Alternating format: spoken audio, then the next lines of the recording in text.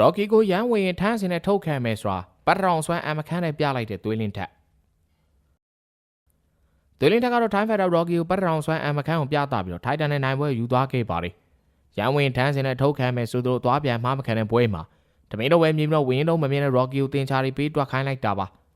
ဝိုင်းမှာ၄ပွဲစားပြီးချိန်မှာ၄ပွဲဆုံး Time Fighter တွေနဲ့ပဲတွေ့ခဲ့တဲ့သွေးလင်းထက်အနေနဲ့၃ပွဲနိုင်ပွဲဆုံးရလက်ကိုအကောင့်ထဲပေါ်ထားနိုင်ခဲ့ဖြစ်ပါတယ်တကယ်ဆိုရင်ပွဲဆက်လဲထိုးနိုင်ပွဲဆက်ခဲ့တင်တာဖြစ်ပြီးတော့ Rocky ကိုလဲထိုးနိုင်ခဲ့တင်ပေမဲ့မထိုးနိုင်ခဲ့တာပါ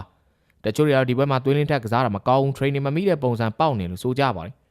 ဒါပေမဲ့သွေးလင်းထက်က Rocky ကိုကွာဝေးထင်းရင်ဆိုင်ခဲ့တာဖြစ်သလိုအမှတ်နဲ့နိုင်တဲ့ပွဲမလို့မစွန်စားခဲ့တာလည်းဖြစ်လိမ့်မယ်ထင်ပါတယ်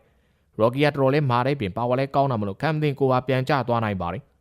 သွေးလင်းထက်လက်သေးတွေကအလေလွင့်တော့များနေသေးပါဒါပေမဲ့ Rocky ကိုသူစိတ်ကြိုက်ဖြစ်အောင်ဆိုင်ထိုးပြိုင်ထိုးမလုပ်ဘဲနဲ့အနိုင်သေးကြမဲ့နီလန်ကိုယူသွားခဲ့တာကောင်းပါတယ်ခုဆိုရင်နိုင်ပွဲများလိုက်ဖြစ်တဲ့အတွက်နောက်ပွဲလည်းအမှားမခံပဲနိုင်ပွဲတွေယူနိုင်စာချုပ်ကြီးနဲ့တဖြည်းဖြည်းနီးစပ်လာအောင်မှာဖြစ်ပါတယ်ပွဲကြောင်ဆရာလို့ရှိရင် Time Fighter Rocky ကမြန်မာ Fighter ကိုမြန်မာလိုကြီးပဲကစားလာခဲ့တာပါမြန်မာ Fighter ကြောက်တဲ့ကစားမမျိုးကဖူးဝက်ကောင်းကောင်းနဲ့မြဲလိုရွေးရှားနေပြီးတော့ငြိမ်ငြိမ်မနေတဲ့ကစားမမျိုးကိုကြောက်တာဖြစ်ပါတယ် Rocky လိုဖွင့်ထိုးတာမျိုးကတော့မြန်မာ Fighter အတွက်စိတ်ကြိုက်ပဲလို့ပြောရမလို့ပါပဲ Rocky ကသူ့ကိုတော်တော်လေးယုံကြည်တဲ့မြင်မာပါတယ်သူရင်းထက်ဒီပွဲအတွက်လျှို့ဝှက်တိုက်ကွက်ကပတ်ရောင်ဖြစ်ပြီးတော့ပထမချီမှာနှစ်ခါသုံးသွားပါတယ်သူနဲ့ဒုတိယချီမှာတော့သွေးလင်းထက်ပတ်ရောင်ကအစွမ်းစားပြပါတော့တယ်ဆိုင်ထိုးပြိုင်ထိုးရင်းနဲ့ပတ်ရောင်နဲ့ကြိုက်လိုက်တော့ Rocky မတ်စင်စပြီးတော့ရီခံလိုက်ရပါတယ် Rocky ကလည်းထူးလေးမာလေးငါဖယ်ပါပဲအမတ်စင်ရီခံပြီးတဲ့နောက်မှာကစားကပိုတော်မှတက်လာပါသေးတယ်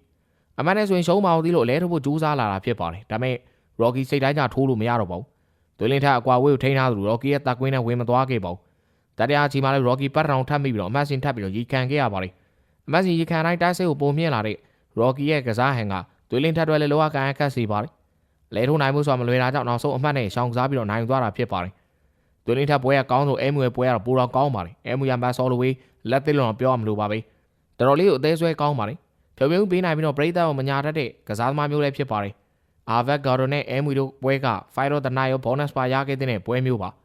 ဇာမနှုတ်စလုံးအချီကုန်တဲ့ထိရေကုန်ကန်ကစားခဲ့ကြတာဖြစ်ပါတယ်အဲမူရဲ့တတိယတကယ်ဝါရီယာတယောက်မှရှိတဲ့ရဲရုံမှုဖြစ်ပြီးတော့ကြီးကျူးစရာမကုန်နိုင်အောင်ပါပဲဂေါ်ဒန်ကအသက်16နှစ်ရွယ်သားရှိသေးမယ် RWS မှာရှုံးပွဲမရှိသလိုခြေသွားလက်သွက်ရှိပြီးတော့ပညာမာကုန်မှာကောင်းပါတယ်အဲမူမလို့သာအချီပြေးကစားသွားနိုင်တာဖြစ်ပြီးတော့တခြားကစားမတွေဆိုရင်ကြာသွားတော့ပါပြီအဲမူရပွဲကြုံမှာပြောထားသလိုမျိုးဘဲဝိုက်လက်သီးကိုပွဲသိမ်းဖို့အသုံးပြုလာသလိုဘဲအောက်ခြေခတ်တာတွေကိုလည်းအသုံးပြုလာခဲ့ပါတယ်